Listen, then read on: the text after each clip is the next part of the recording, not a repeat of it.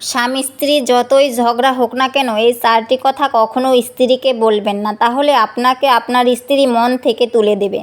Number 1, তুমি দেখতে খারাপ, তোমার অঙ্গ খারাপ, তোমার চেহারা খারাপ, এ কথাগুলো কখনো স্ত্রীকে বলবেন না, কারণ দেহ তো ভগবানের বানানো, তোমার বলার কোনো অধিকার নেই। ভুল করেও এ কথা কখনো স্ত্রীকে বলবেন না।